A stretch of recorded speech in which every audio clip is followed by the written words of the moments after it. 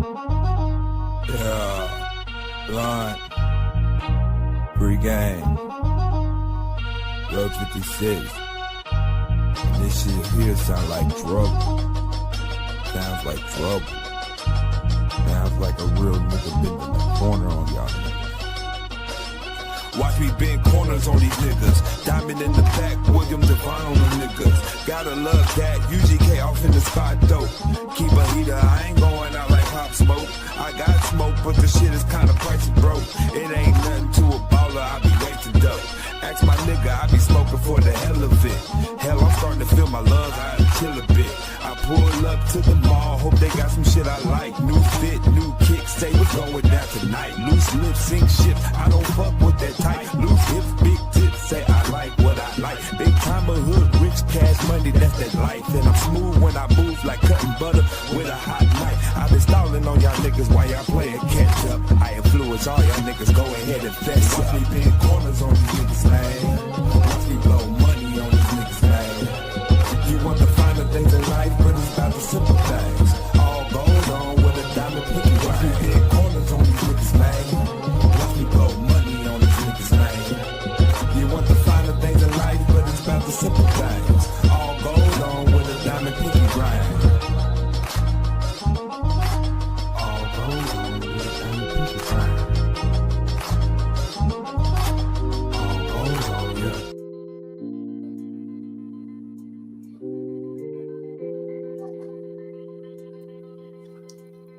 What up, everybody? Happy Friday, and welcome to another episode of the PDXDOPE Live Podcast. Yeah, we've been off for the last few weeks, trying to get everything together, enjoying the holidays, birthday weekends for the month of November. So shout out to my man, Marcus.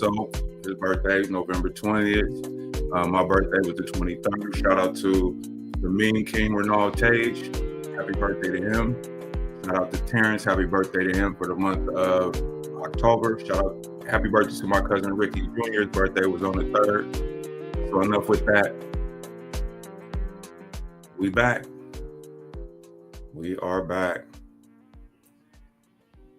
Man, it's been an interesting few days here. This past weekend, I'm sure all of you have heard about the Puffy Combs documentary, The Reckoning, executive produced by Curtis 50 Cent Jackson.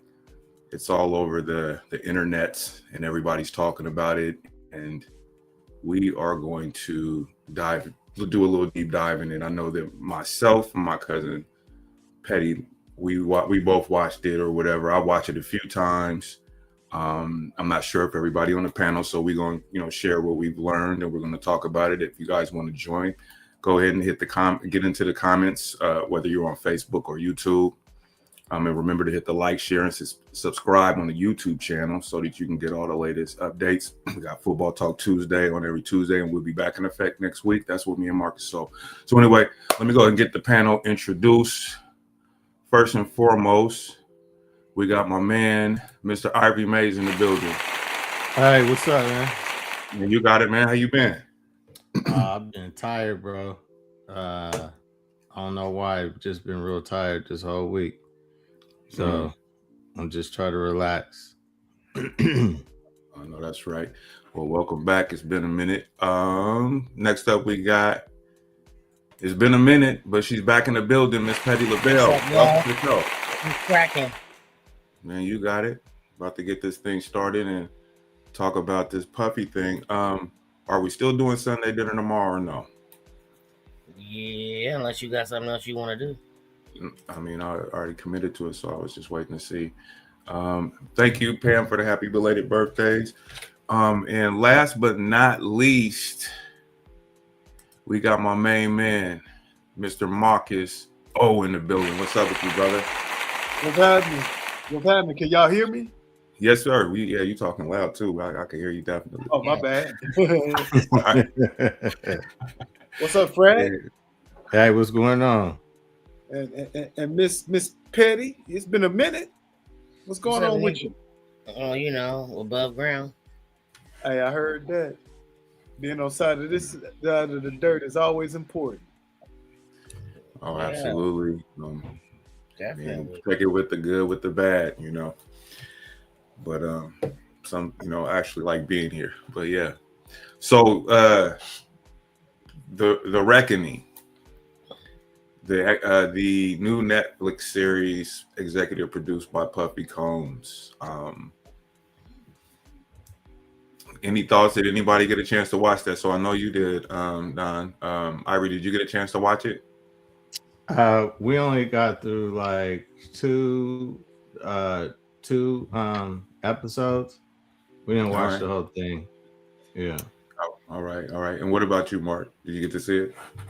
Man, I ain't get to see it, but boy, I've sure been in the comments all week about this shit. Boy, it's crazy. Shout out to Ebbs in the building. So yeah, it has been crazy, man, and you need to really check that out, man, when you get a chance, man. It's interesting, there's been a lot of comments. People have their opinions about it. Some people like it, some people don't like it. There's a lot of people challenging some of the evidence that was presented in the documentary. And I want to talk to y'all about that and get our opinions and what we know, a lot of the stuff that we kind of been aware of, right? We're going to talk about that. So let's go. Let's do it. Shit. I'm going to go ahead and start off with you. No, actually, hold on. I'm going to start out with Petty. Talk to me. What are your thoughts on the whole documentary? Okay, well, I have a couple different things. After our conversation, I can see what you're saying, because I kind of forgot about that. With, him being a hater or trying to get back because of his BM or whatever. But, you know what I'm saying? And there's another flip side to that shit too, though. There's also the part is like this nigga's exposing the motherfucker. Okay, granted, he didn't get convicted for that. I don't give a fuck about none of that conviction shit. I don't care about that. That doesn't matter.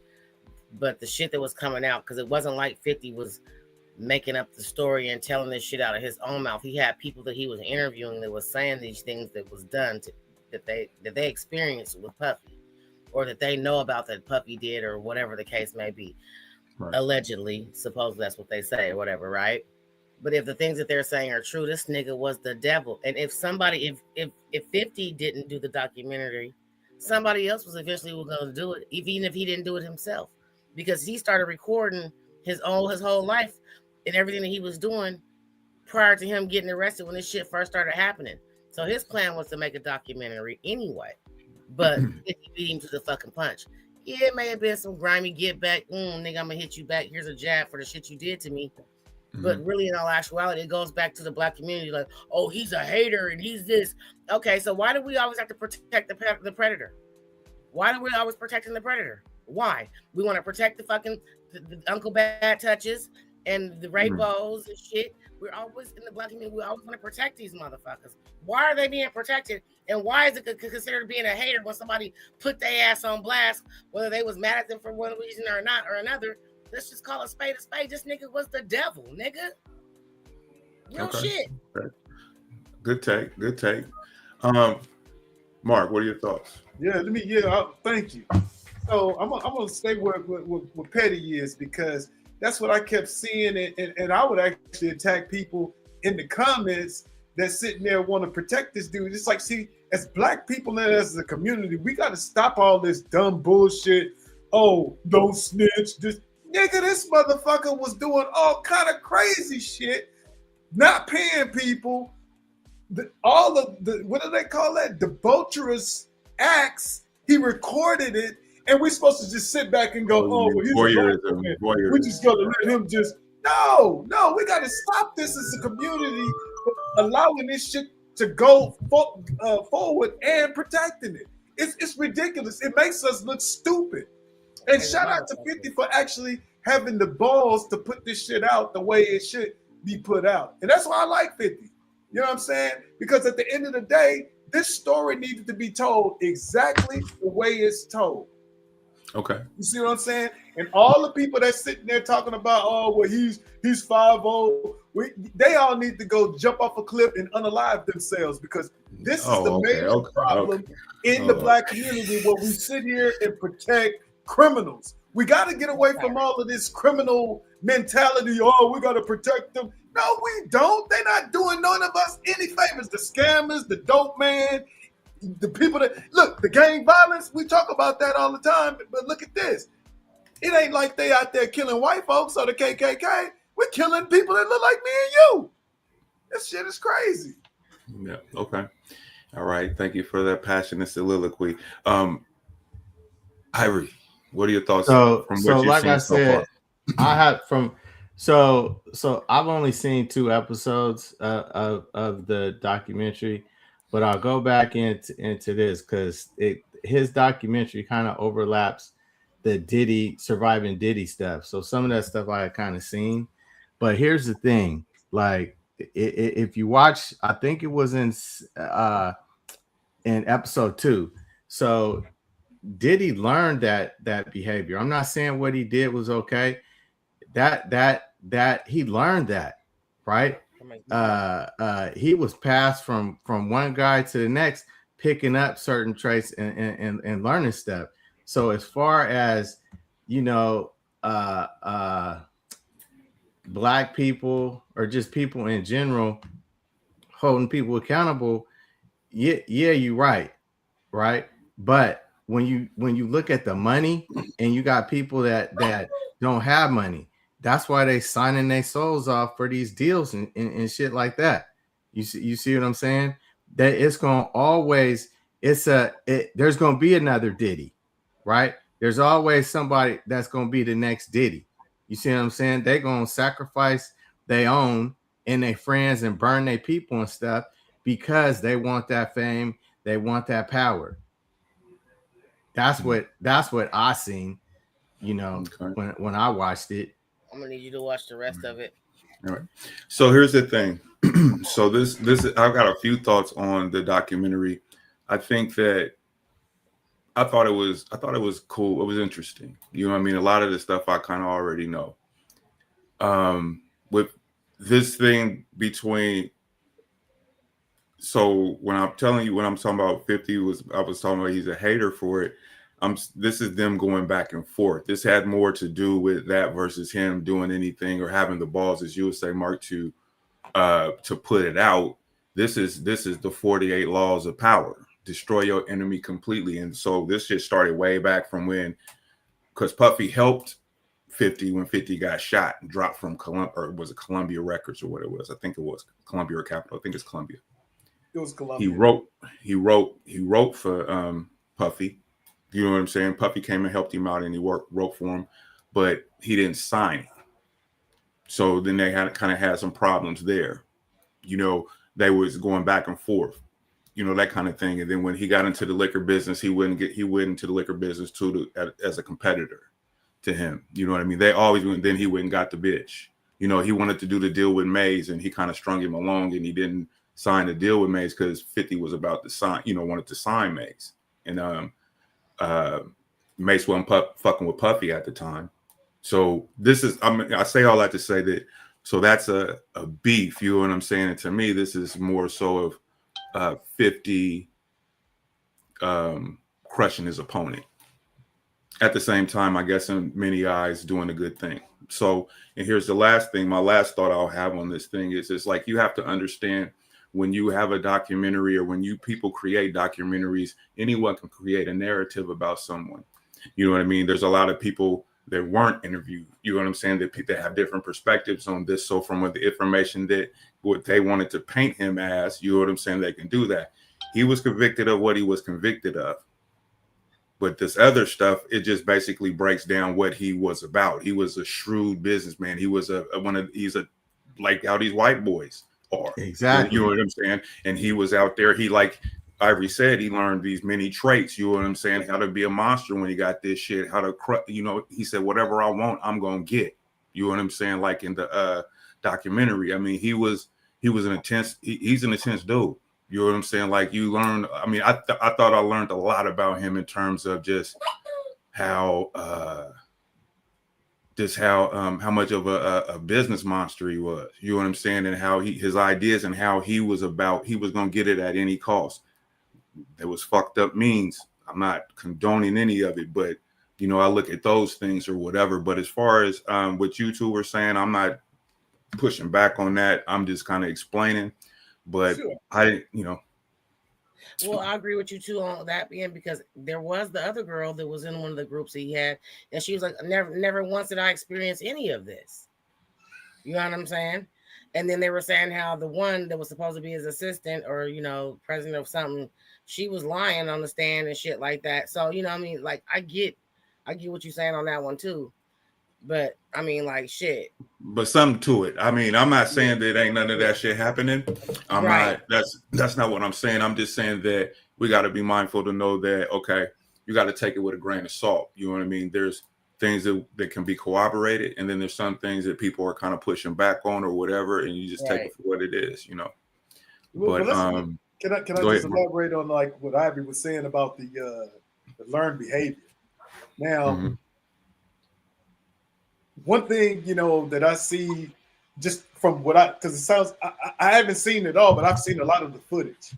Yeah. And the one thing about Puff that I can relate to is the salesman part of it. You got to pick that phone up and you got to make those calls to promote your artists. His follow through, you know, his follow up. His follow through, but I'm gonna give him something. Him and Damon Dash had something in common. They got no talent in the world, but them motherfuckers are they know how to pick the phone up and sell their artists. So check this out. I'm gonna just real quick. And the thing about that, it was like that's the spearhead of the spear, and they were great at that. But listen, the problem I have with Puff is, bro, you had the kingdom, and you got too full of yourself. Those learned bad habits then came because look at who actually. Hold on, bro. That nigga was okay. I'm gonna just be honest. I mean, I'm not, you know. That nigga's evil. That's what I'm getting at. I mean, no, yeah, he's evil. Let me finish. I mean, I'm getting at. See, the thing is, the average person can't go pick up the phone. Remember, we were just talking about what I was talking about doing, and I had bro. Everybody can't just pick that phone up. So I felt Puff when I saw that one video when he was, I'm a fucking beast. I get it. Yeah, I'm a savage. You're evil now. You took that power and you done went to the motherfucking dark side. And come on, man. And so check it out. So the documentary is kind of how you're explaining him, how you feel about him is kind of how the documentary plays out. When you talk about him and Damon Dash are similar because they both, they're similar. And Puffy, and they didn't have no talent, but knew how to get it. Puffy's ass he could pick that phone up and sell your ass. He had none. If you'd have went to New York and you would be as big as Biggie or any of them niggas right now. With either one of them, because they know how to pick the phone. And that's like people don't look at that and go, oh yeah. No, man, that is a trait. Because even in my professional life, I still get the willies of having to pick the phone up and sell. And Damon Dash and Puff Daddy, did you just say the willies? They ready. They can do it. Nigga, we're not just gonna blow past that.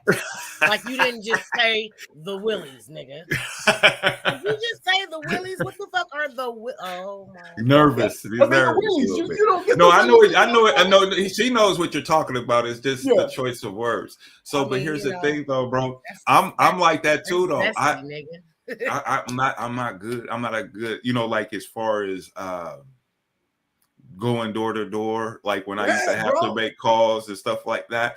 But I think Don is good at don't have a problem with I just took you and Brandon to the car lot, talked them about their draws for y'all. Nigga, what? Sure did. Yeah.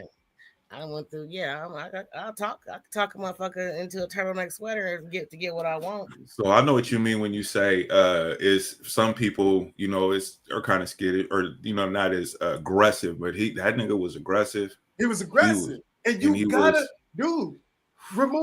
gotta be that way. Yeah. Like I said, you heard me before we got off last night. Hey man, I gotta, that's what I gotta do, bro. I gotta turn that shit on. And I actually draw from Puff and Damon Dash from that. You see what I'm saying? Because, bro, if you can, boy, the world, as you can see, the world will be your oyster. Yeah. So yeah, so they talk about, one thing I thought about is that we talk about, or we used to always hear about Suge Knight, and Puffy was always the you know what I'm saying, like he's the soft one and all this shit. People's like, oh, whoop Puffy's ass, or they, you know, they just used to like to shit on Puff, right? So this is like how it used to be, like what people used to say, oh, Puff's a bitch and this and that. And so watching this documentary for me made me think like this. I don't believe I all that was some bullshit to me. You know what I'm saying? Like, no, he wasn't. Not at all. Not at all. Not at all. He might not have been, he had the money to do shit. You see what I'm saying? Like, right. You see what I'm saying? I mean, you ain't necessarily got to be physically imposing, but I mean, you know, when you got the money, I mean, he wielded his power, you know what I'm saying, like a fucking tyrant. Yeah, but he burned people, and I mean, maybe it's a coincidence or not, right? And either way it goes, the coincidence worked in his favor, where everybody around him, where a lot of people that were in his circle are no longer alive now. You see what I'm saying? Yeah. So I could say, well, hey, Ray, you know, hey man, you kind of might want to sign with me or do this, that, and the other. You like, nigga, fuck what you talking about, right? And I'm like, yeah, you kind of, I hear what you're saying. And there's probably like 6 other people that said that exact same thing, but they're not here right now. You see what I'm saying? You know what that means, right? Well, you know what happened. Now. So he learned. He learned that shit from them dudes, man. That you don't hear about it. Man, it's just Weinstein ain't the only Weinstein. There's more out there. You see? Oh, well, I'm saying like just as far as his music business, though. I mean, like this has been going on in the music business for years. The music, that's basically the mob. Yeah, you know what I'm saying. So, yeah.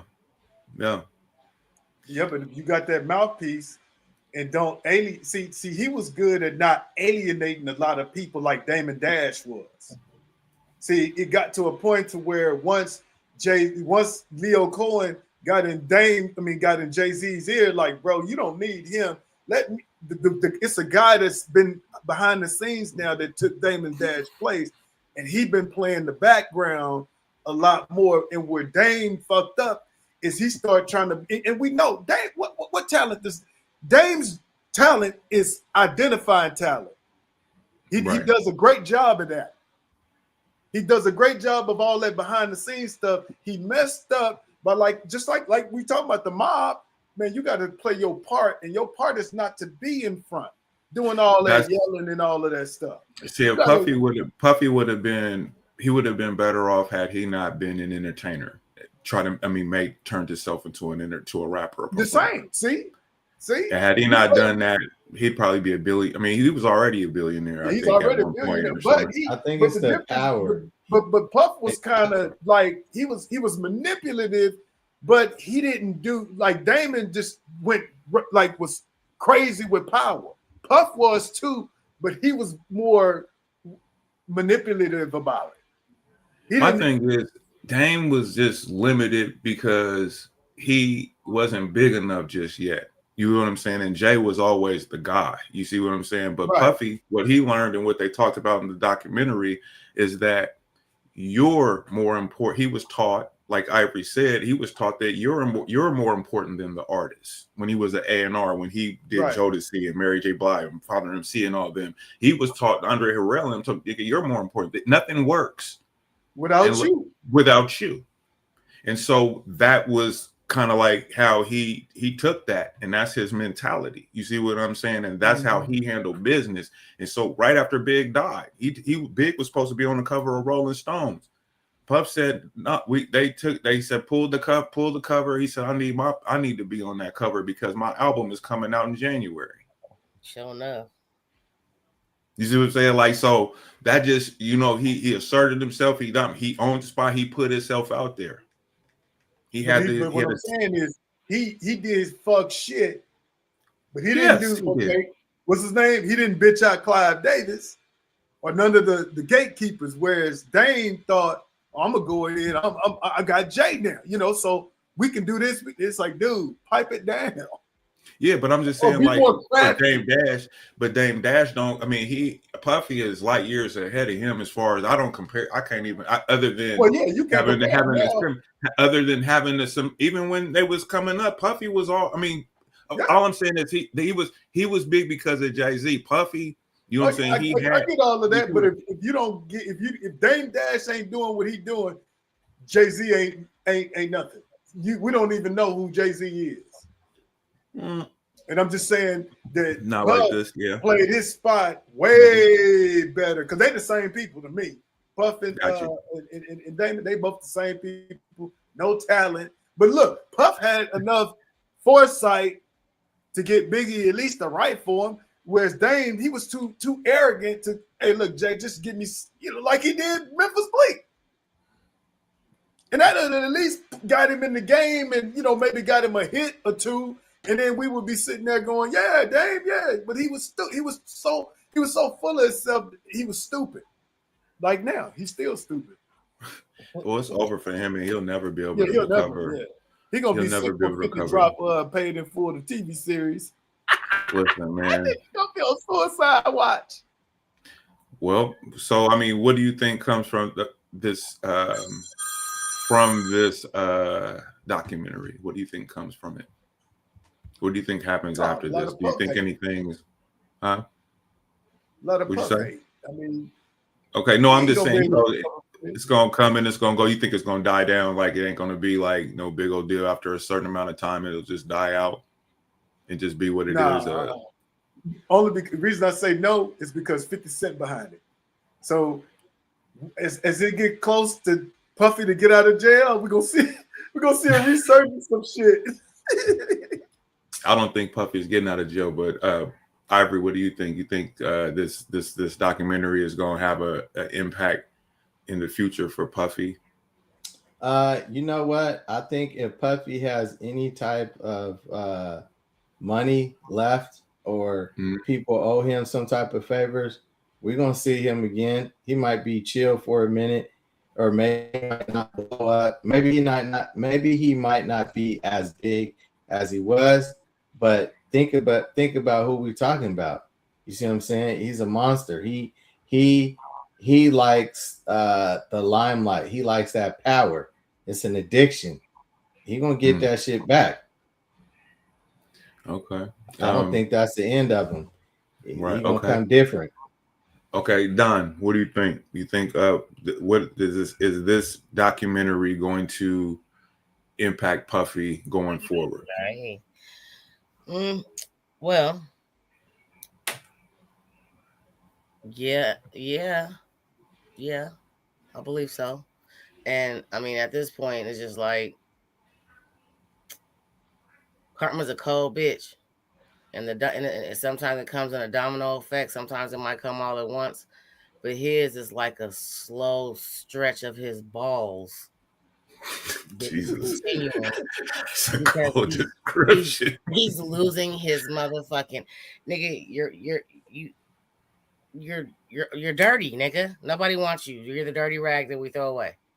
Because at this point, you're just nobody cares, and nobody. I mean, there's some people that's gonna have your back, and they're gonna still try to swing on what's left of your balls after they've been stretched tremendously.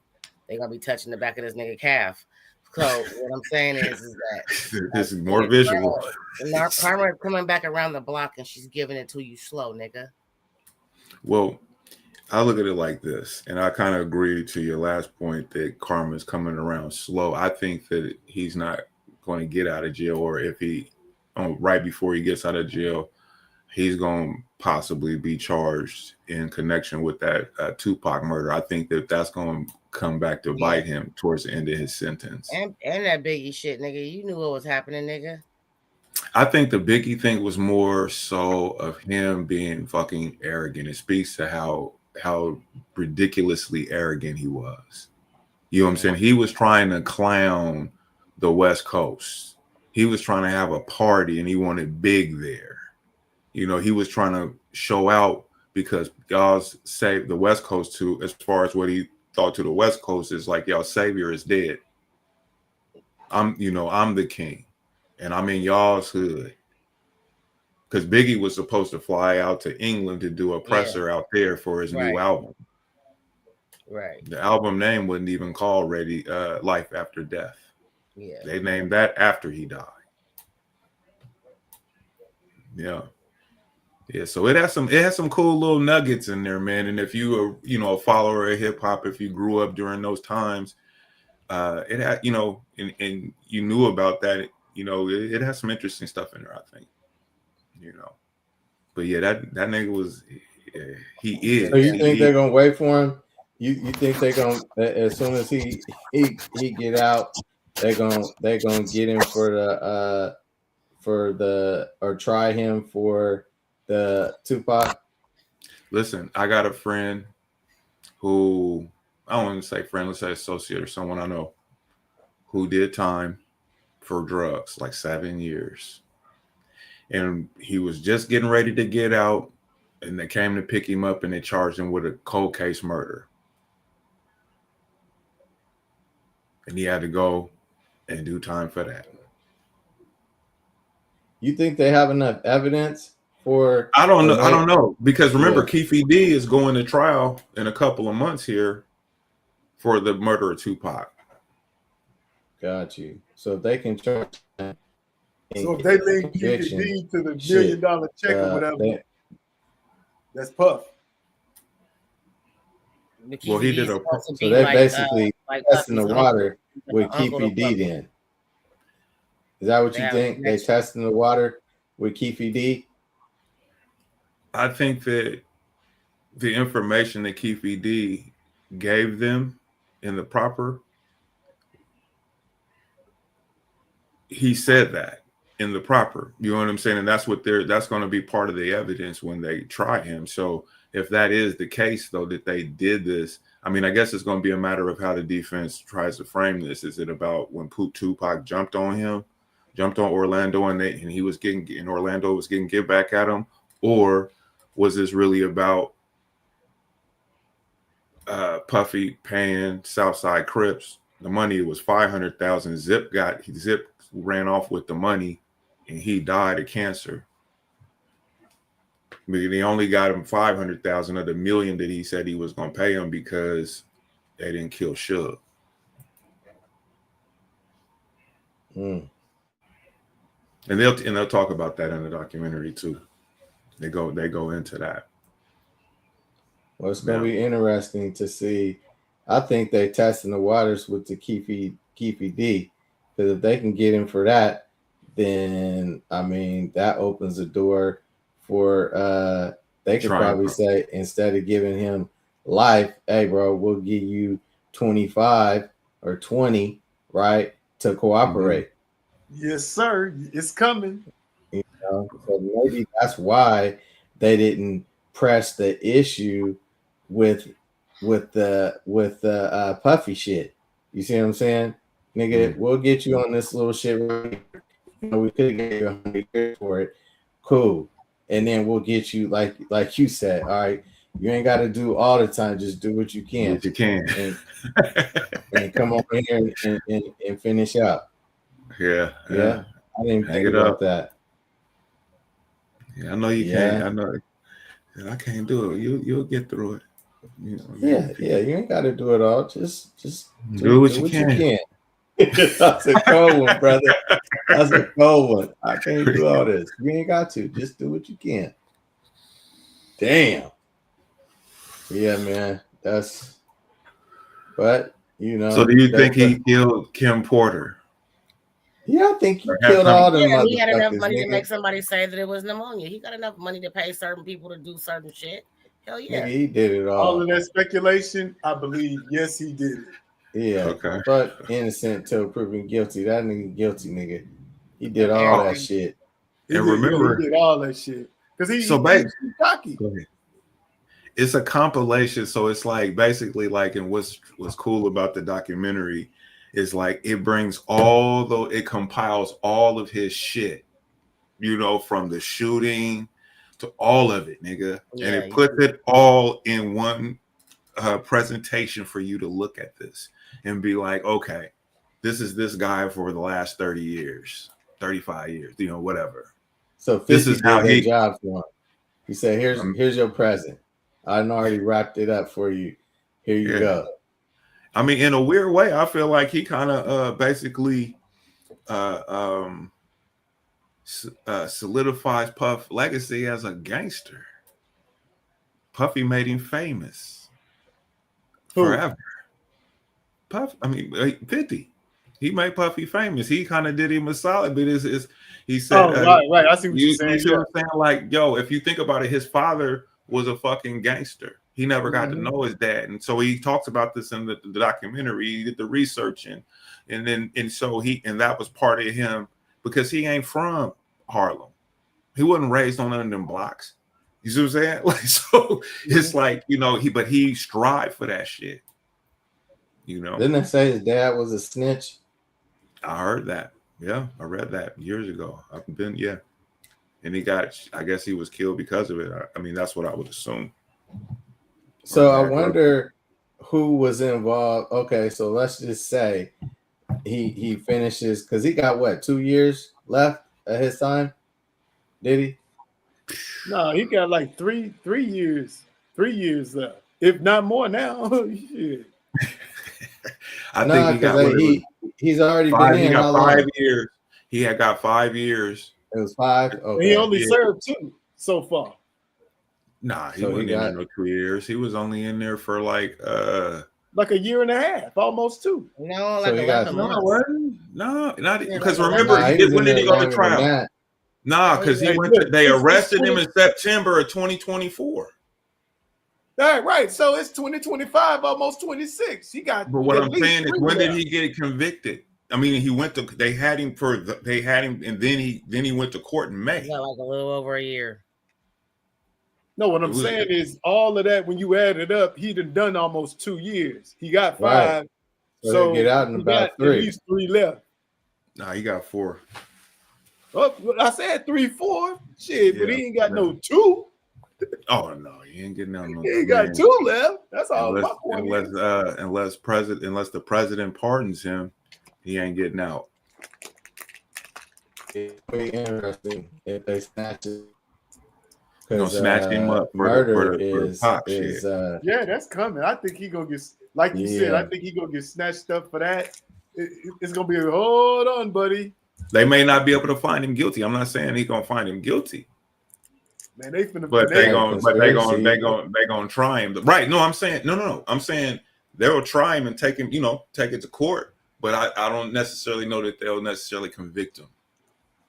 If they manslaughter. If Keefy D gets convicted, no, that's gone. murder 1. He ain't getting out. Yeah, Puff may not get out. Shit, cause Keefy D, that proper didn't help him. You know, he was doing that to get a break on the drug deal. You know, because he, you know, and so he told about the murder thing. I don't know. Because everybody did but him. He says, "Did you see the funeral flowers?" 50 said, "Did he?" Yeah, I seen it. He sent him some flowers. It says after the Netflix release. He says, "I think it's supposed to." Yeah, I seen that. I seen that. I was just reading I sure did.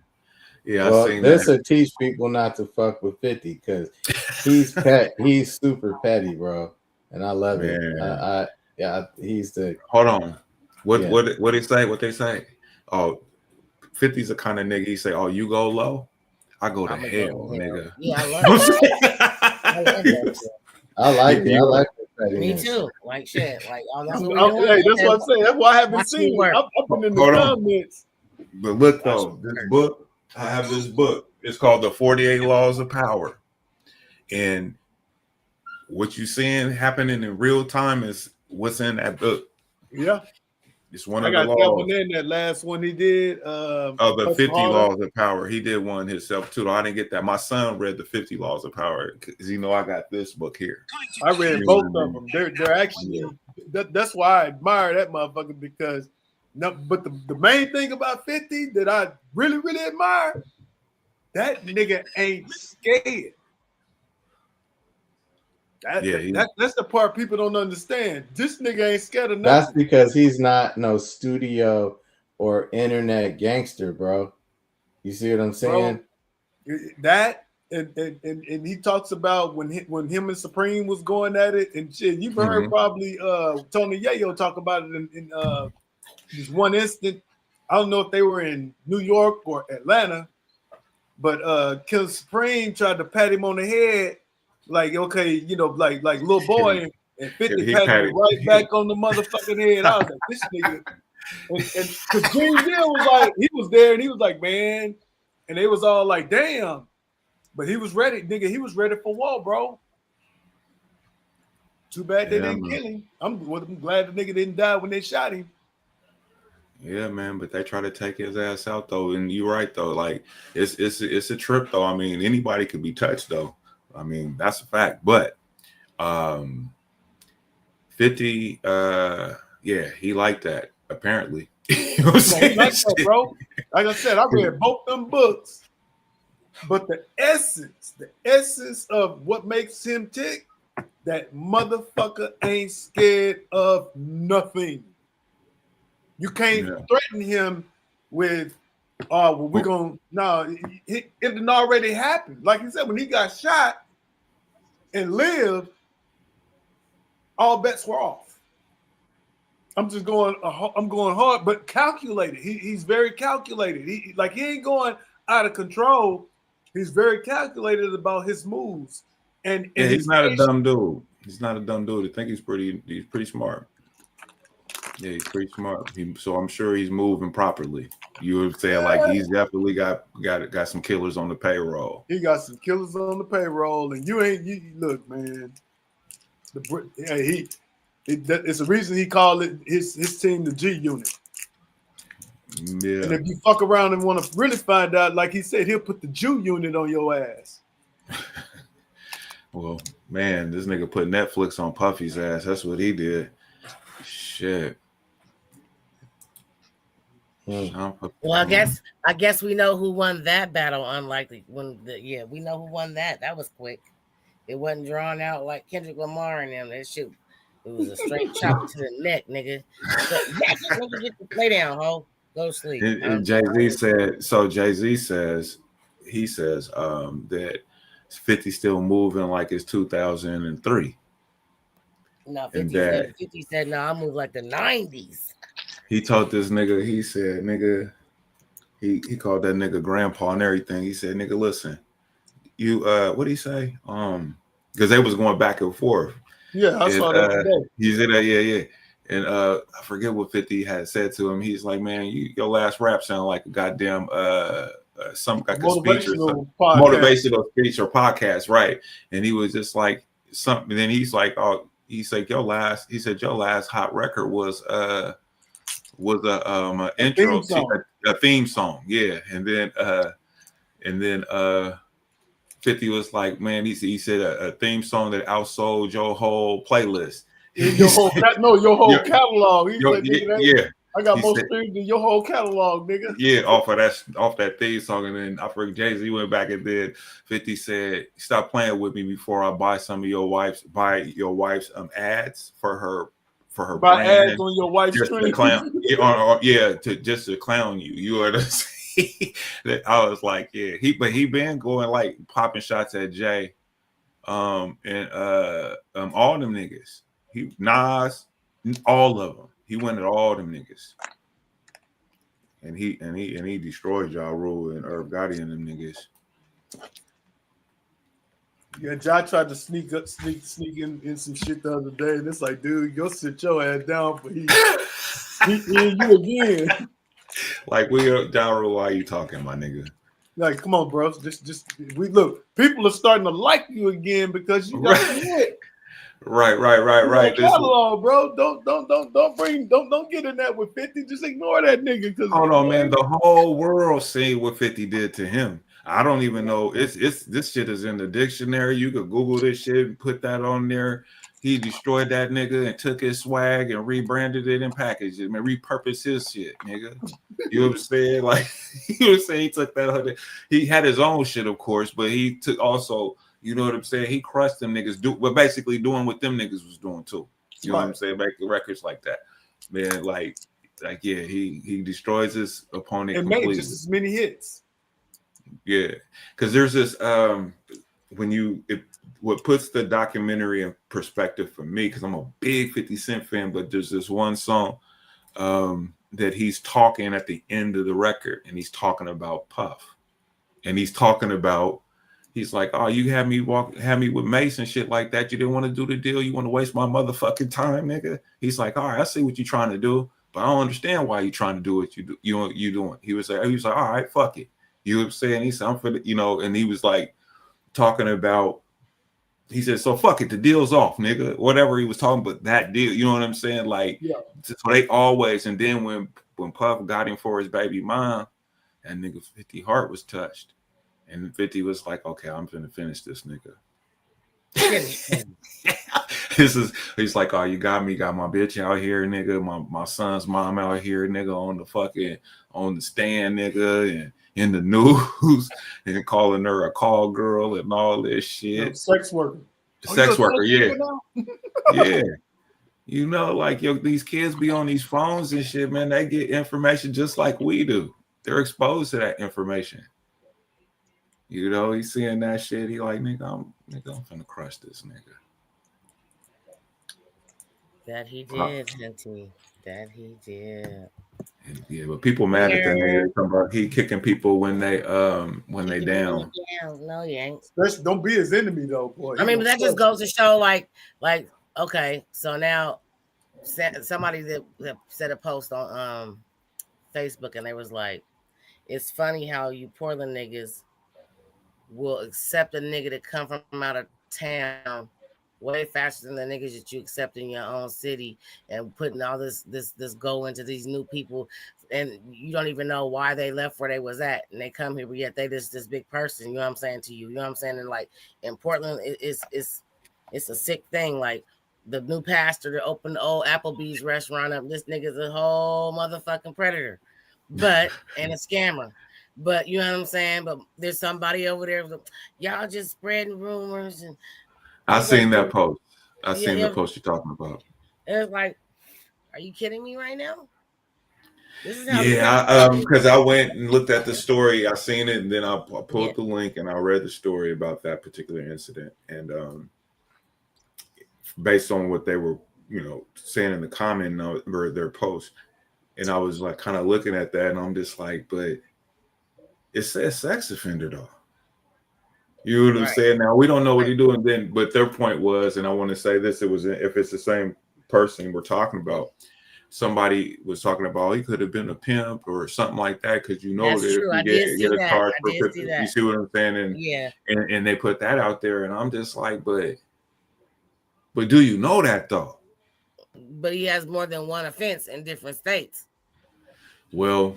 They showed and one of the things they showed the charges that he has and then the places he has. Okay, so that's the one. That's what I wanted to see. I couldn't find it. Yeah, I don't remember where I seen it at, but the fact is, like, this nigga been out there scamming bitches and raping bitches. So and people, other people too.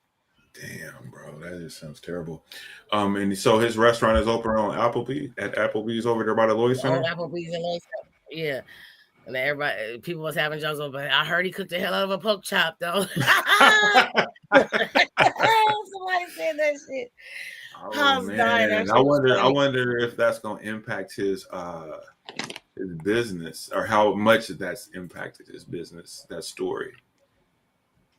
Probably a lot, but then again, probably not, because you already know that in Portland they like to sweep certain shit under the rug and act like that shit didn't happen when it's certain people, when they feel like they can get something out of that whole ordeal. You see that story, Ivory? You hear about that? You talking about that black guy that had that business or something that's supposed to be a pedophile or something? Yeah, he has a restaurant, the old Applebee's by the Lloyd Center. Yeah, I know what you're talking about. Yeah, I didn't even know that was open again. I didn't either. Yeah, he just did a grand opening like about a week ago or so, maybe a little bit longer, give or take. Yeah. It's funny is people talk that shit about protesting his business and this, that, and the other when they own boyfriends as pedophiles. So what the fuck they talking about? Oh wait, better yet, here's another one. You go to them white restaurants and them Asian restaurants and all that shit you go to, the motherfuckers be pedophiles too. But I just laugh. If you know, you don't. It's just people. I mean, if you don't know, yeah, that's what all that is. If you but I'm just saying. But I mean, like I'm not even gonna spend no money at nobody's soul food restaurant. I cook it my fucking self. But I'm good. I just don't wanna. But I don't know. It remains. I mean, there was actual paperwork. Yeah, the actual paperwork was posted up on the thing and all that shit. So, nigga, you did something in several different states, and it could have very well just been pimping. Mm-hmm. Well, here's the thing. What I was saying is, I didn't comment because I told Ray, sometimes I be taking the bait. Sometimes I can't help you. I can't do it. Yes, so I limit myself on Facebook like maybe 5 minutes a day. Right, total. Because I take the bait, right? So, but I went into the comments and I'm just looking at some of these people and some of their comments, and I'm just like, come on, I know you ain't. You have your nerve, because if I know your business and I ain't even street, you know what I'm saying? Or I know what goes on in your circle. You know what I'm saying? You got the nerve to open your mouth about not supporting this dude's business or whatever because he's a pedophile. Okay, well, you was out there doing pedophile shit. You see what I'm saying? So I just, and then I seen that and I immediately turned my phone. I mean, got out of there, bro. People need, and words are powerful, and people need to be aware of the words that they're using. Like, from my understanding, I don't think it's pedophilia at all. That's the with the child. It's rape. You know what I'm saying? And so there are other grown women, old women at that, and whatever else he had going on. You know what I'm saying? It's that you're just a sex offender. As far as does he have to register? Yes, sir. He's supposed to. He's supposed to. Wait till we get backstage, nigga. I'll tell you, because I'm doing everything in my mouth to keep from biting off my goddamn tongue right now, nigga. Say what's on your mind, son. Say what's on your mind. I ain't gonna do that. I ain't gonna do that. But I get, like I said, man. I don't know. Like, I just learned from Ray and other people on Facebook how to not see people's posts, because I don't know how to do all that shit. How to not, you know what I mean? Mm-hmm. And man, I get to going on there, man, and I'm at work. It's slow. My comments be like a goddamn paragraph. You see what I'm saying? And so I get in the mud with it, bro. And so, not to hurt nobody's feelings and shit, I get off now. I'll be friends with people. I'm like that, bro. What I was telling you when you was asking, when I was telling you about that, like, I don't want certain shit floating on my goddamn page. Right. You know what I'm saying? And that's why, I mean, I'll be friends with you, but I don't follow you if you overly sensitive and, political and always, you know what I'm saying? I don't want to hear that shit. You know what I mean? I'll go to that. You know what I'm saying? But I don't want it on my shit. You know what I'm saying? Like, for real, though, I don't want that discussion on my fucking Discord on my page. I just post funny shit. You know what I'm saying? Advertisements for the show and shit for my music that I got coming out. That's it. You know what I mean? Other than that, it's not, it's like controlling your own narrative, man. And some people take social media as that, they put everything up there. You know what I'm saying? You're supposed to pick and choose it, play with this. You know what I'm saying? It's kind of like a game. You know what I mean? Like playing a game on your phone and shit. I mean, if you want to put some words of encouragement up or even express yourself, that's cool. But, outside of that, man, I learned a lot from the early days of Facebook and all that shit to now, nigga. Yeah, man, that shit, man. You have to control your own narrative. You can't allow social media to be your truth, as they say. You know what I'm saying? Like, or whatever. I don't believe that. I think you have fun with it. You use it. I mean, whatever, man. People won't do what they do. But in the comments, though, it will drive you crazy trying to keep yourself from, because people just say some stupid shit, bro. They just say the stupidest shit. And I be taking the bait, bro. Hook, line, and sinker, bro. I'll take it. This nigga write paragraphs on this shit. Hey, I went in there, bro, and I said the comment that you always say, man. I just said, man, basically, if you can't feed them, don't breed them. And then next thing you know, bro, I got reported to Facebook. And when you go to our comments, right, bro, my shit ain't even on there. It's like they calling me out, and it's like, Ivory, you ain't even responding. It's like, bitch, because you turned me in, motherfucker. You know what I'm saying? You didn't like what I said. And I told Ray about it, and Ray was just laughing. He's like, man, Ivory, don't do that. Don't get it. So now I'll tell him, like, oh shit, Ray, I didn't bid it. And he, because man. Did it. Yeah. So now I look at shit, read it, trust me, bro, and then I'm done. I used to do it too, and I've slipped up. But what I do more of is I troll. You know what I'm saying, and talk shit. You know what I'm saying? That's usually what I do. If I find something that's just really ridiculous, and I'll troll somebody probably. But that's as deep as it goes. That's wild. Actually, hey, I don't. I like I said, I read them comments about they were talking about Diddy and this and that, and I just got off real quick, right? Because he ain't the only one, bro. It's that he was taught that. I'm not saying that it's right, but he was taught that shit. That's how they get over. Okay. That's how they manipulate people, bro. Manipulation. What'd you say? Y'all manipulate people.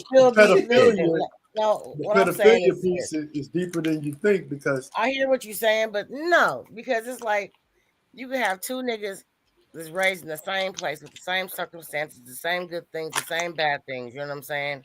And you'll have one that's a complete fuck not, and the other one found a way to make shit work and do it the right way. Or you can have 5 kids, and 2 out of the 5 are the only ones that seem to know how to do shit as a grown-up. And the other ones are still trying to figure out life and hold on to mommy and daddy, and they can't do anything, and they're having all these problems. You see what I'm saying? So you can be taught a whole bunch of shit. The question is, what are you gonna do? Done to manipulate people. Period. Yeah, but you have to be able to manipulate people, and those that can manipulate the best. To manipulate, it's a choice. No, listen to what I'm saying. It's a choice for you to choose to manipulate everybody. We all manipulate people. But we don't manipulate everybody. People all the time. Levels to this shit. This nigga is it's wild. That's all I have. It's wild. But when you start having, he has to manipulate people in order to get what he wants. Well, I guess if I understand he ain't the only one. All the record producers. So I don't want to figure it out. Shit. I don't even need to know why he do what he do, because if I figure it out, then that makes me just as fucked up as him. I don't want to figure it out. I don't even care. Suge was a master manipulator. I don't think that you can be in that kind of business or even sports or anything to manipulate. But what Puffy did, though, and what Don is saying, I think, is that regardless of that, he manipulated people in nefarious ways. So, you know what I'm saying? And so he went overboard with this shit, like Mark said, had he stayed in his lane and he didn't have those character flaws, then, he wouldn't have fell into this trap of the darkness. You know what I'm saying? But because he was able, and he did learn those tools in business, because it's a good tool in business to be able to manipulate a result, right? We all do that in life. Right. But at the same time, if you're using those type of tactics in nefarious ways as he did, or allegedly, or whatever, then that's where the line is drawn, I think, if that makes sense. So check this out. So if, let's say I'm a caster, right, for a movie, right, and this beautiful woman comes in, right, who normally I know I couldn't get, but because I have the power, all right, you want this shot, because whatever woman the leading woman gets this role, she gonna get an Oscar. That's guaranteed, right? So you gonna have to get on this couch and let me do my thing for an hour. You see what I'm saying? Okay. Am I manipulating her? Hell yeah. Right? Yeah. Now she gotta decide if she gonna manipulate me. Like, okay, I'm gonna let this nigga think he getting this. Yeah, fuck that. I get the I let him do what he gotta do for I'm about to get the you trying to use me to get to the next level. We both manipulating each other. Yeah. That's how I see it. Not saying it's right, and I'm not saying it's wrong. It's just human nature. Yeah, I think, but dudes or people, that do that shit, are predatory people. You know what I'm saying? Like they're predators. You know what I mean? Like, and it's an abuse of power. Yeah. You know what I'm saying? Because with power comes great responsibility. And so, yeah, you have that type of power, which is you have the power of influence, meaning you can manipulate certain situations and results.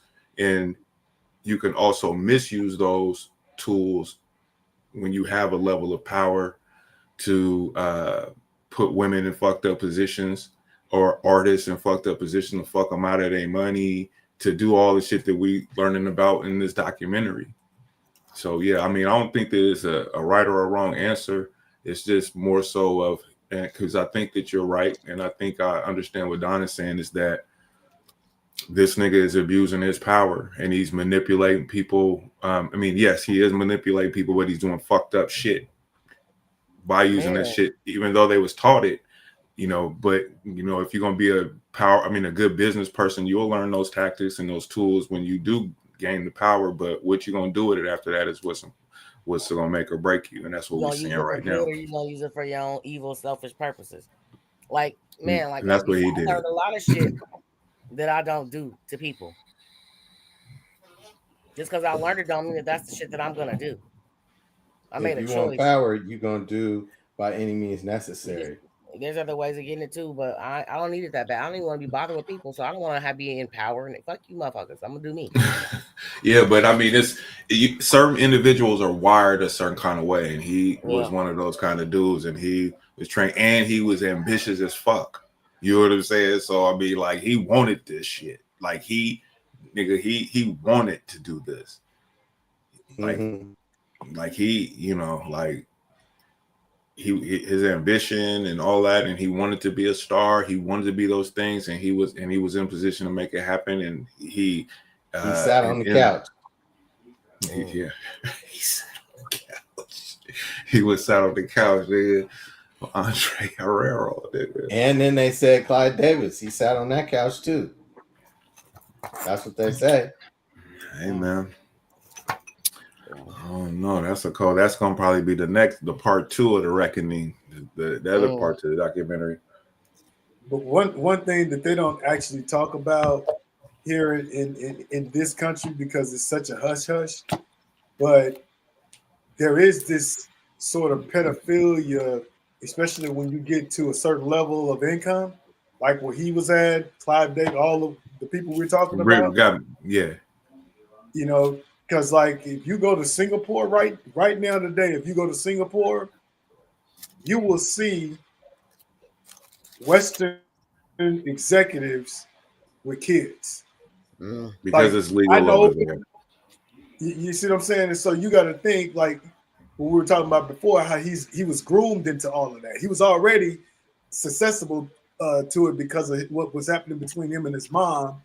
And then now when you put, Clive Davis, Andre Harrell, and what they did to him, and then I'm sure somebody introduced him to that. And so now it just becomes this learned behavior that he continues to perpetuate because he got money.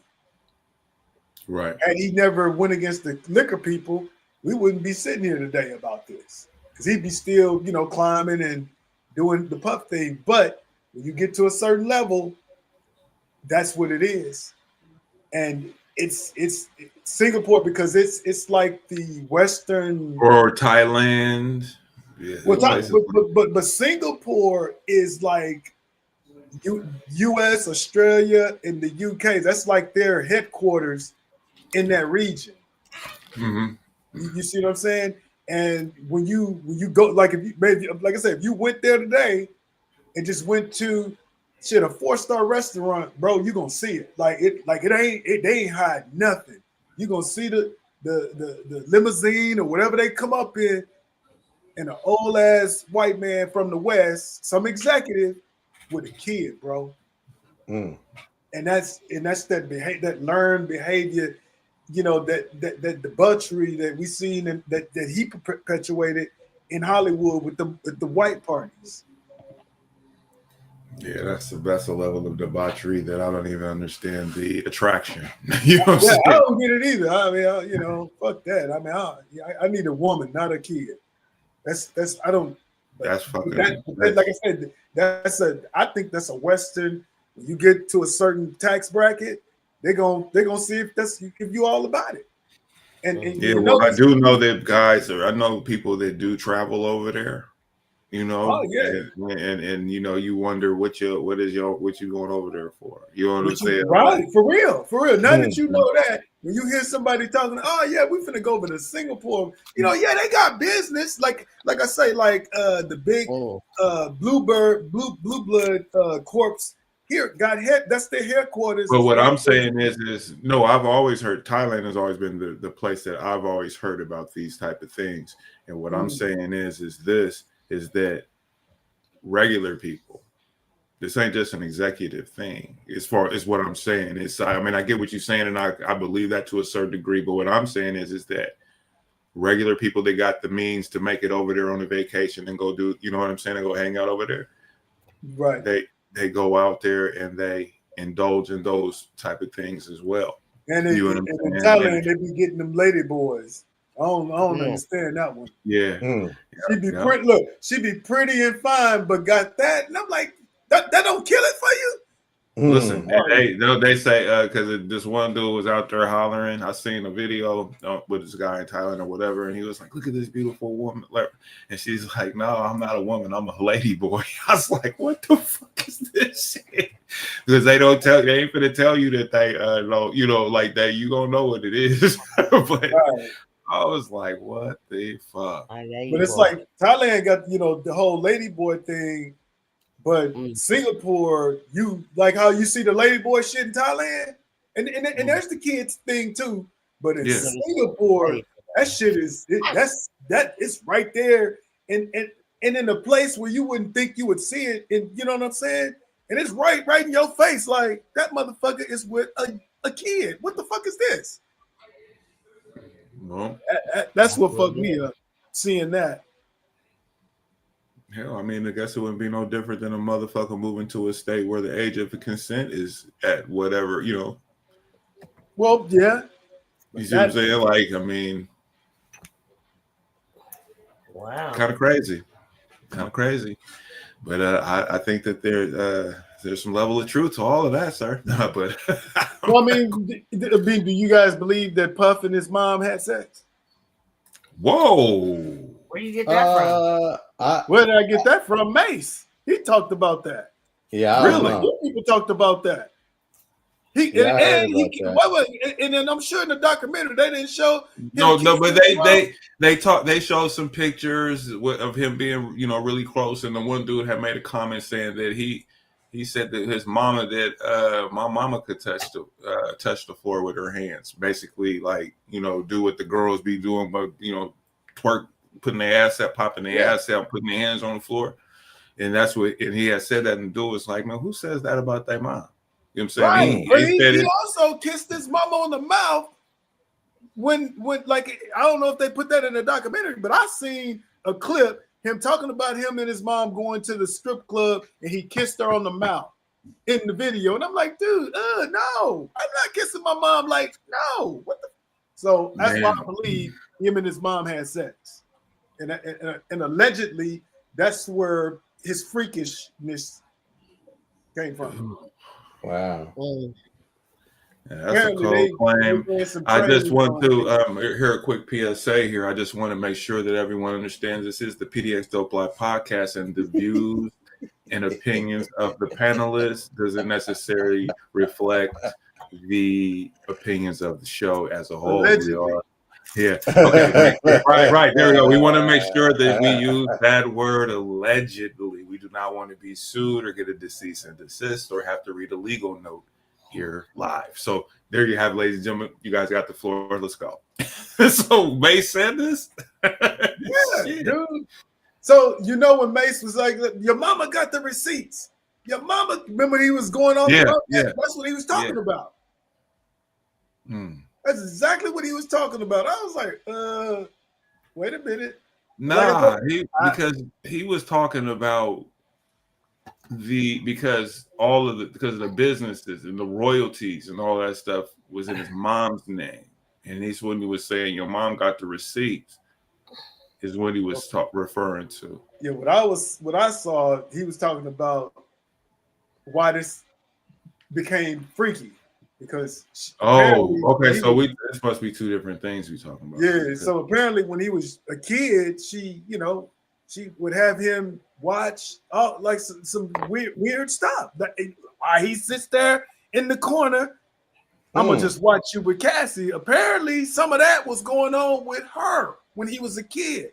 Well, they had parties and they talked about how she was having big parties and the kind of things that he was exposed to. She would dress him up in fur coats and all this type of shit, like trying to make him to somebody and all that. And so I thought when I watched the documentary and they, that crossed my mind, but I was like, yeah, nah, I didn't, it crossed my mind and I just threw it away. Like, I don't.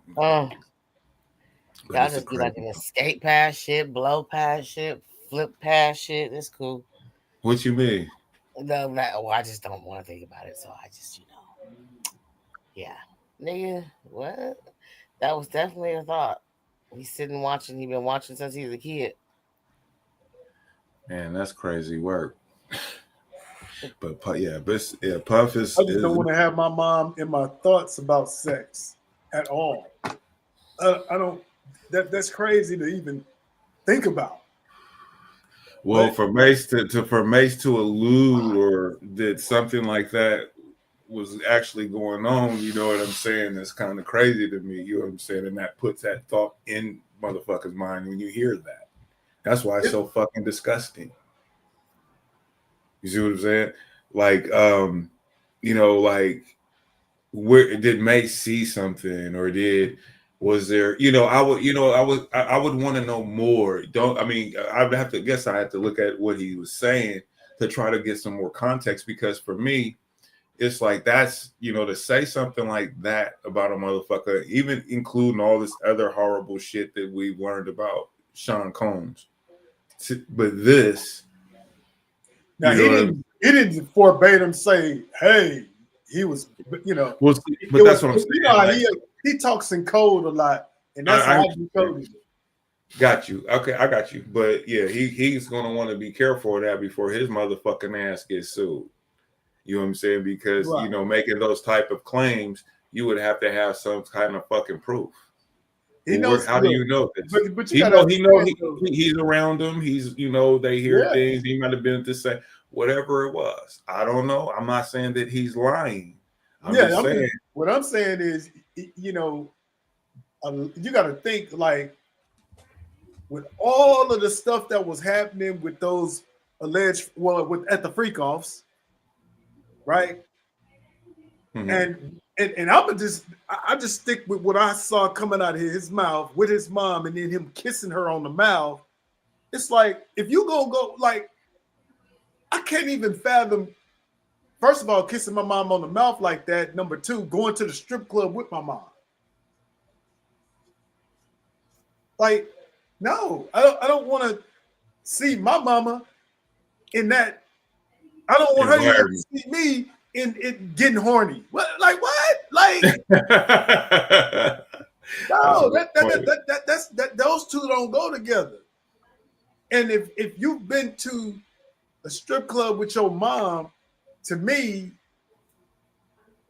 ain't no telling, especially with why, the things that he's done now to people and stuff. I mean, you just got to kind of let your imagination run with what could be possibly the truth about those situations. Right. And if you that sick where you gonna go to the strip club with your mom, man, ain't no telling what else you would probably do. And then especially what we know that he actually was doing, like, dude, you know what I'm saying? I don't want to watch another. It's suspicious as a motherfucker. It's very suspicious. Sure. Like it's suspicious like a motherfucker. But goddamn, but no, I mean that makes sense. That makes a lot of sense. Damn though, Jesus, yeah, that's a horrible thought. Anyway, so about it, yeah. Well, the thing, one of the things is, wait a minute, we never touched on. Okay, let me say something just real quick. Okay. Lil Rod, right? He the one who started all of this, right? Whatever. Yeah. But my thing is, the first time I would have woke up, my butt hurt, and Puff laying next to me. I'm out of there, dog. I'm out. Puffy, I'd murder Puffy's motherfucking ass right there. Forget about it. You know what I'm saying? But I'm not gonna sit there and no. That's you know when you and then when I'm looking at him, I'm like, dude, you kind of look a little sweet. You sitting there, it was something you wanted, man. Like you got your booty dripping and shit, and you laying next to Puffy nigga talking about you don't know you don't know what happened.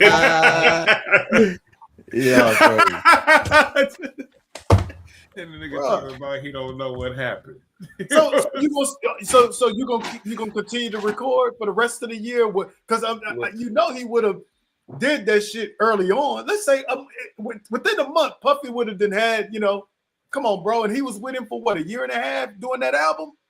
How many times did that happen? That's the question. What's that? I said, how many times did that type of incident happen would be the next question I would have.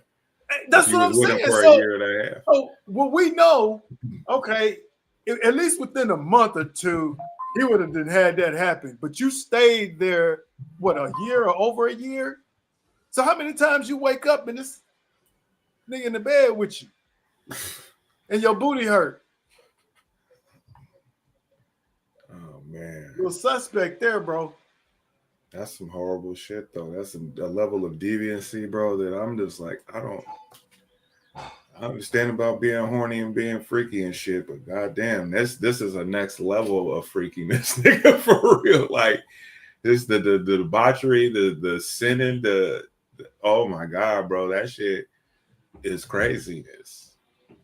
The shit that just this whole Puffy story, bro. He's gonna have the best fucking movie ever for a biopic movie. Yeah, biopic. Oh yeah. Oh, nigga, Puffy gonna have the best shit. Watch, I promise you. The best movie. The best movie. I can't wait till it comes out. Trust me, that shit gonna be cold, nigga. If they do it right, that's gonna be probably one of the best biopics you can see. The gay gangster. Call it what you want, nigga. I'm watching that, nigga. I want to see that movie. Shit, yeah. Just like bro, like all the stories, even fictional or whatever, loose, whatever. If they, get Martin Scorsese or what's this, or Scorsese or whatever, you get somebody a top-notch motherfucker on this shit, bro. Man, I think that they could do, man. They can make a cold movie about that nigga Puff. Puff is the number one villain, bro. He going down in history, bro. Infamously. The Diddler. Does he have to be involved in that? Not really. They can do it like they can do it. They can do it unauthorized. Yeah. But they can change his name, and we know is who the movie. No, they could. I believe that they could do the movie. They don't need his fucking permission to do it. You know what I'm saying? Because most of the information is public record. It's public record, yeah. So then if I want, it's just like somebody writing an unauthorized biography of you. You know what I'm saying? Like they writing a book about you, but they want to do it with you. And then you're like, nah, man, I don't want to write no book, whatever. But then, they know shit about you. They get articles. They start talking to your family and your people and shit. And then they'll write a book based off of what information they retrieved or whatever and create the narrative that they want, like this documentary. But back to my first point. So his movie goes above Godfather or Scarface. I think. Well, those aren't biopics. I'm talking about like it would be like how you know, the whole gangster. But I mean that's real though. That's what this was. That's what I'm saying. So Puffy was a motherfucker. Basically, okay. So yeah, if you say it like that, then yeah, it would be something like that. Absolutely, because there's plenty of murder, sex, and violence. Pretty bitches, just drugs. Drugs. It's baby all there, oil, bro. Baby oil. Right, so hold up. What was that clip? I did see a clip.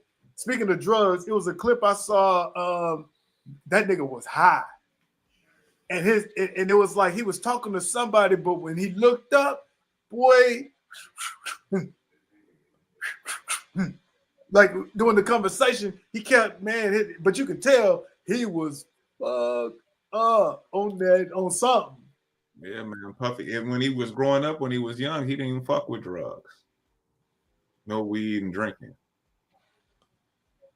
That nigga got a taste, nigga, and was on, nigga. Pink cocaine, some weed, some booze, ecstasy. Yeah. Everybody went down in the late 90s, boy. That the ecstasy had hella people. Shit, in the early 2000s too. That shit had a strong, Well, that's where it started with. I feel like it started with the black folks in the late 90s. Yeah, no. That's right. That's right. No, I'm saying it had a pretty strong run. You know what I'm saying? When niggas was getting the blue dolphins and little Smurfs and all these little different little pills and shit. Oh man. So see, that was when I first went to Sydney. Because see, back then, like. Right, so around the time, remember, because we was hanging around each other just before I left. It was just bud, man. When I got to Sydney, my guard just went down a little bit. Mm-hmm. But the ecstasy was even because there was a few people. I ain't gonna call no names. Was heavy, and I'm like, nah, I'm good. Right. But when I got to Sydney, bro, just the whole, especially the hip hop scene. Bro, it was Oh, but so at the end of the show, I backstage, I have a fantastic story for you all. Fantastic, crazy shit. But yeah, we're gonna talk about that, but I cannot disclose here publicly. I won't do it. But yeah, backstage, yeah, man. Woo. Yeah. Man. I mean, during that time, I mean, because you had just everybody, Ja Rule. I mean, he was rapping about it. All them cats was rapping about the ecstasy pills and all of this. Yeah. I mean, it was going down. And then when we was doing rap, when we was doing our shows and shit like that, and doing our little touring and all that, bro. That was part of that was always in the mix. Always. Yeah, always in the mix. Yeah. I'm not saying that I was hold up though. That's what they would turn Puffy out. Because you gotta remember all that money coming. Yeah, that's what I'm saying. He got all that shit started happening. He just got, he started doing his thing too. It enhanced his sexual experience. I mean, you know what I'm saying? Puffy, he get down there, don't even matter. Flip a coin, bitch. Come on in. Everybody, nigga, let's go. Yeah, that nigga Puffy. Look, that story with him and Ja Rule that Gene Deal told, like, man, who was it? Keith Sweat's old girl, ex-girl, and him, Puff, and Ja Rule in the room. Oh, fucking on the girl? Yeah, and his cousin came up there, and he was like, nah, man, you ain't want to come up in there. And it's like, what the fuck was y'all doing in there? Hey, so so Puffy, glad he didn't get killed, nigga. So what I seen is he has a history of trying to fuck with niggas' girls. Yes. Now that right there, bro, I would have did something to him, bro. Because it's not about the woman, it's about the disrespect, nigga. You know that, you know what I mean? Nah, you didn't disrespect it now. That's out of lot. That's out of pocket. But you see the ego in all of that, because that's one of the things, again, with Damon Dash and Jay-Z. Damon took Aaliyah from Jay-Z, and part of, I think, I don't know, but I feel like just from all the stories, that's also why Jay-Z got away from Dame and Dash, because all of them in those circles that's what they would be doing, trying to bring around girls. Yeah. And I'm like, man. I mean, the girl Dame and Dash right now, he took from pedophiles, one of bro. The hanger-ons. They pedophiles. So when was Jay-Z? When was Jay-Z with Aaliyah? Yeah, right, wasn't he with her first? Yeah, so right after R. Kelly was done, Jay had her, and then Dame took it from him.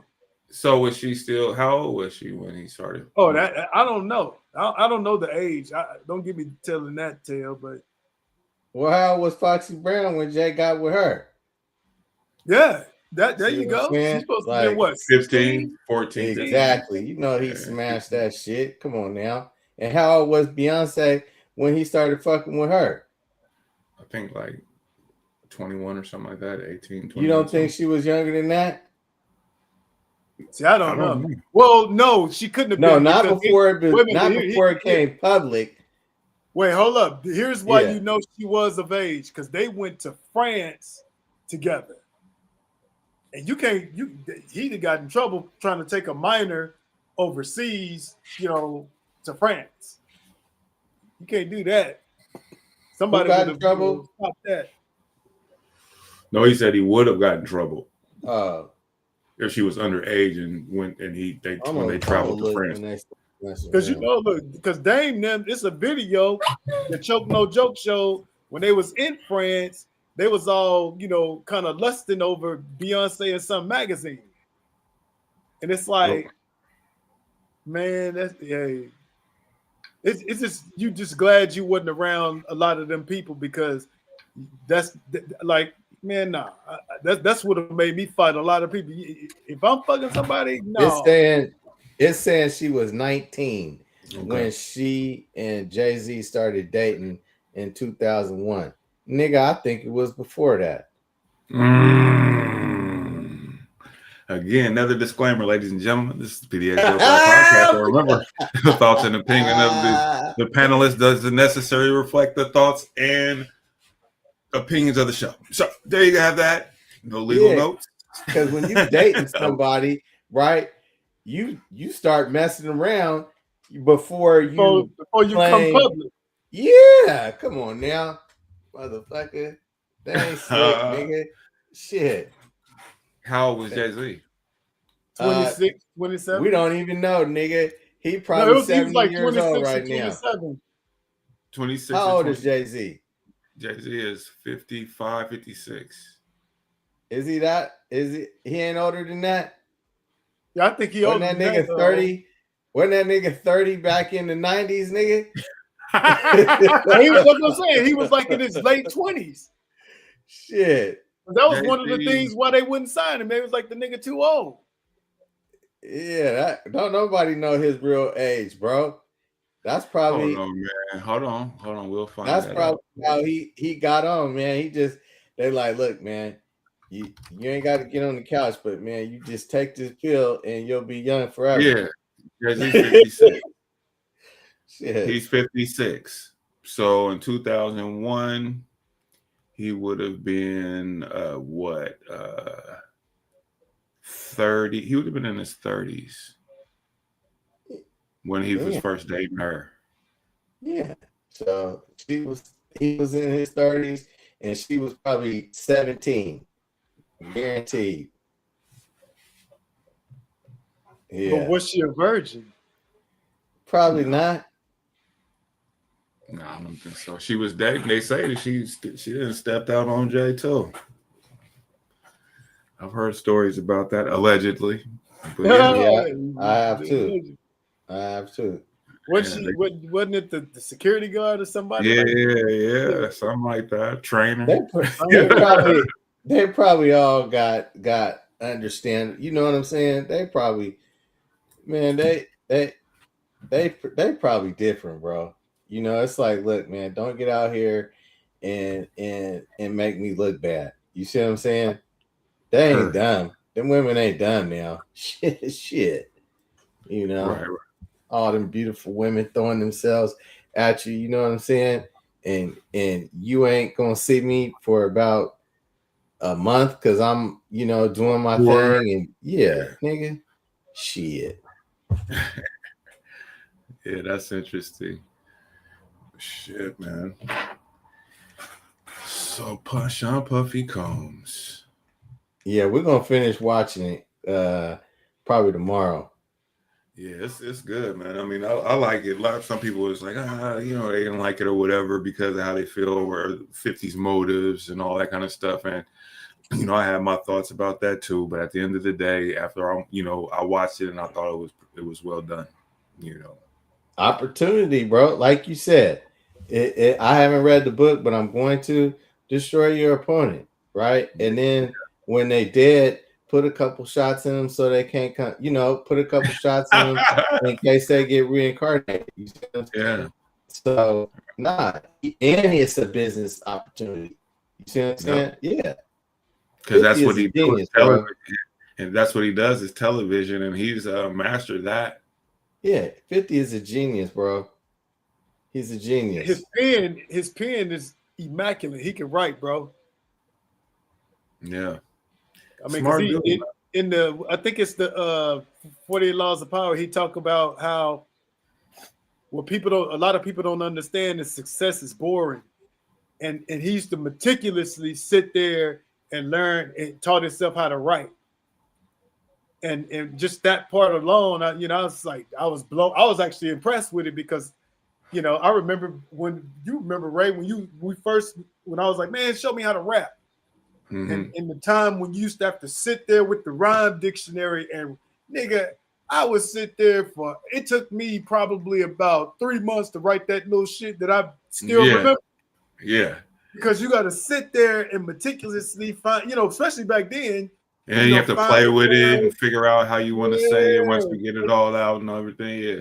And just hearing him talk about that process, I was like, oh, okay. This dude here. But he was saying like it's a process, or he says success is a boring process that the average person won't put that time in. Right. And he did. And that's why he, Right. And the same thing for Puffy. He put the work in. He definitely put the work in. I said same thing with Puffy. You know what I'm saying? Puffy was the cold call. That's him. Like I said, with him and Dame, but he wasn't afraid to cold call it. And that anybody watching this, if you in sales, Damon Dash should. That's what he should do. He really should coin that and just be like, here's the Damon Dash sales formula or whatever. Because I've always, that's why I would follow him early on. Like, because I understood that part of it. Like, dude, everybody can't pick that phone up and be is like that. Like it takes, you know what I'm saying, a special kind of personality type that can do that. And he could be the man if he just did that instead of all of this other corny shit he be doing. Yeah, but I think those are the things that he's doing now as a result of him swinging at the air, trying to get his name back. You know what I'm saying, and or the frustration of not being able to get it back. I mean, you can go on the Breakfast Club, you can go on these podcasts, and but all of that's corny shit, man. No, but that's what I'm saying. But that's what I'm saying. It's him punching the air. He always brings up Jay. He always brings up this and that. It's Rockefeller. Or the Reasonable Doubt album, his stake in that. When he be talking that business shit, though, the business shit, it's like he missing, dude. Let's just go back to nigga, what you did for Jay, that cold calling, that relentless, that he could coin that and teach it and have a rebirth. Because when cats start like understanding that mindset that he had to do that. And they start implementing, boy, people gonna really like, especially brothers, they're gonna start singing his praises because he can teach that. He really could teach that and teach fellas how to. I mean, it could work in any industry. Because as I'm saying this shit, that's what I'm internalizing to get my shit going. It's a job. Yep, and you have to learn and also learn from his mistakes. He has to be humble enough in his approach and intentional. But I think right now, I mean, he has nothing. He's flailing. Yeah, I think that he can do all those things, but but he missed the like I'm with you. He's so far gone in his ego, and all I'm saying is like, dude, take a step back. You got a diamond right there. Right. That's your talent, dude. That's what you can package and market. That it was before we jumped on. He was in the car with his son playing that rock shit he be calling himself doing. And I put, man, turn that garbage off. That's why the little boy in the back seat, that's probably what he wanted to turn that shit off, dude. That shit sound crazy. It's like, dude, what are you? Yeah, I digress. I feel you, man. But hey, nonetheless, you got to go and get it. But there's ways of doing this thing without having to hurt other people. You know what I'm saying? And so that would be the biggest lessons. You know what I'm saying? You can look at it, strip it down to the core.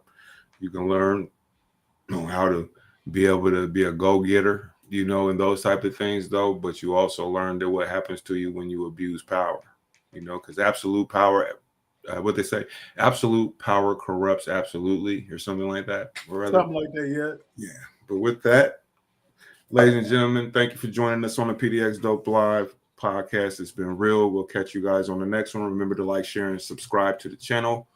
Also, catch us on Tuesday for Football Talk Tuesday, same channel, Tuesdays at 8 o'clock. So you guys have a good one. We out of here. Deuces. Peace.